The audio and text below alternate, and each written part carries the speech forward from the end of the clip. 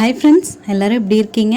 நல்லா இருப்பீங்கன்னு நம்புகிறேன். இன்றைக்கி என்ன பதிவு பார்க்க போகிறோன்னா, உங்கள் தோல்வியை விரும்புபவர்களை பற்றி தாங்க பார்க்க போகிறோம். இது எதுக்காக அப்படின்னா, நீங்கள் தோற்று போகணும்னு நினைக்கிறவங்க உங்கள் கூடவே தான் இருப்பாங்க.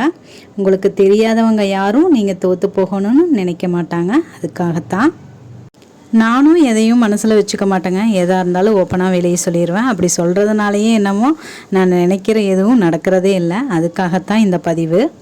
எதிரிக்கு கூட நம்ம பலம் மட்டும்தான் தெரியும், துரோகிக்கு நம்மளோட பலவீனமும் தெரியும் அப்படின்னு சொல்லுவாங்க.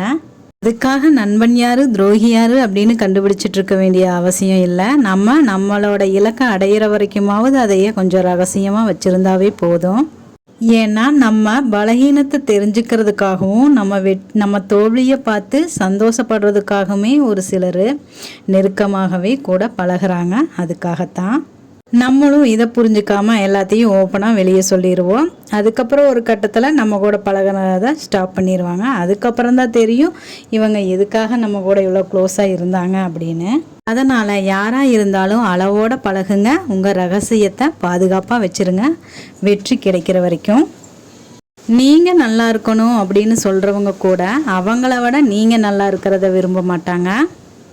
எந்த உறவாக இருந்தாலும் அதில் அளவோடு பழகுங்க. உங்கள் ரகசியங்கள் உங்களுக்குள்ளேயே இருக்கட்டும், நீங்கள் வெற்றி அடையும் வரை. ஓகே ஃப்ரெண்ட்ஸ், இந்த பதிவு உங்களுக்கு பிடிச்சிருந்தா ஒரு லைக் பண்ணுங்கள். தேங்க்யூ.